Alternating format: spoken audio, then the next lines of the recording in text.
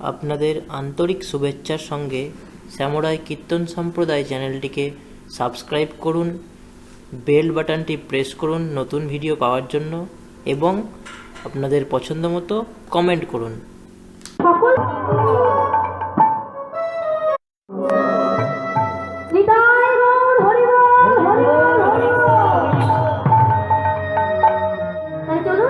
আমরা এবার ধীরে ধীরে কৃষ্ণ কথা হরিকথার দিকে এগিয়ে যাই।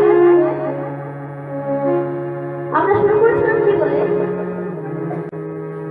মান বিরহ জনে বহু বেলভ, কার মান হলো, কেন মান হলো ইত্যাদি হচ্ছে লীলার বিষয়।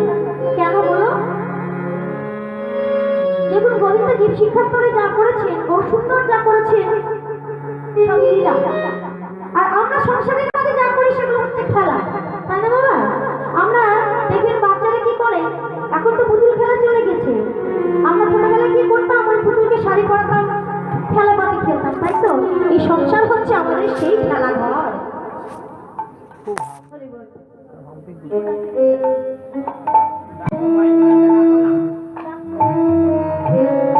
জানি তো মাইক দাদা এই করতে একটু বাংলা খুব ভালো হয়। যাই হোক, আমরা এই সংসার খেলা ঘরে আমরা দুদিনের জন্য খেলা করতে এসেছি, হ্যাঁ দেখো, কিন্তু ভগবান যা করেছে ভগবানের লীলা,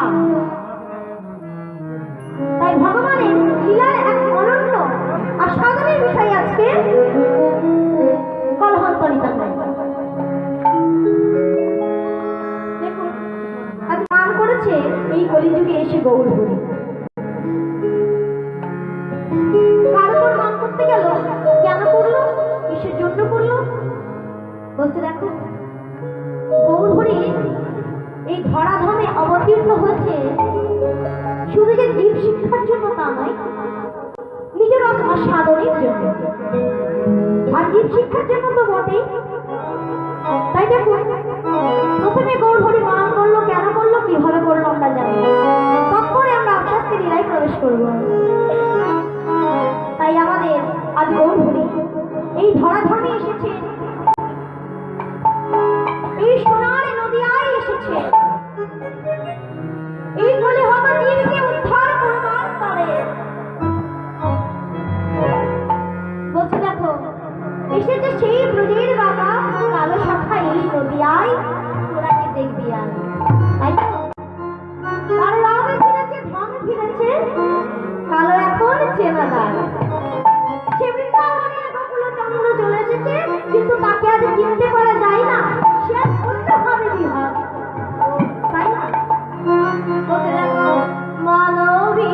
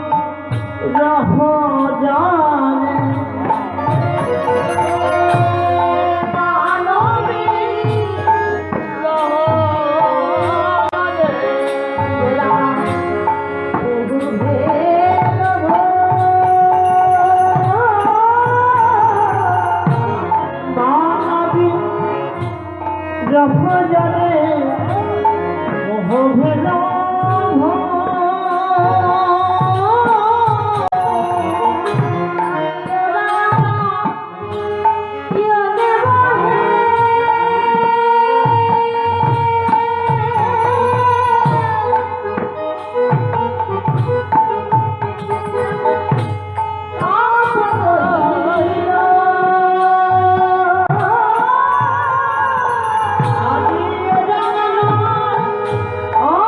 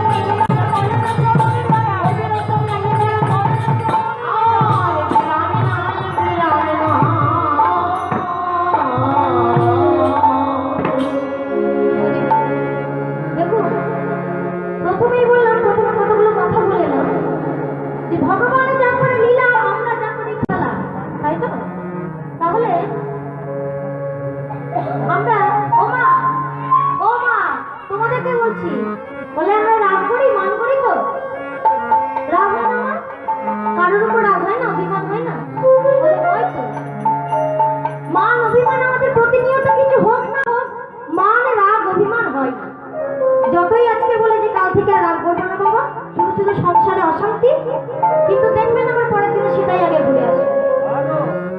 কেমন খেলা দেখুন। কিন্তু গৌর সুন্দর মান করেছেন, দেখুন লীলার খেলার মধ্যে পার্থক্য। হ্যাঁ, গৌর সুন্দর মান করেছে, মান করে খেলা দিচ্ছে।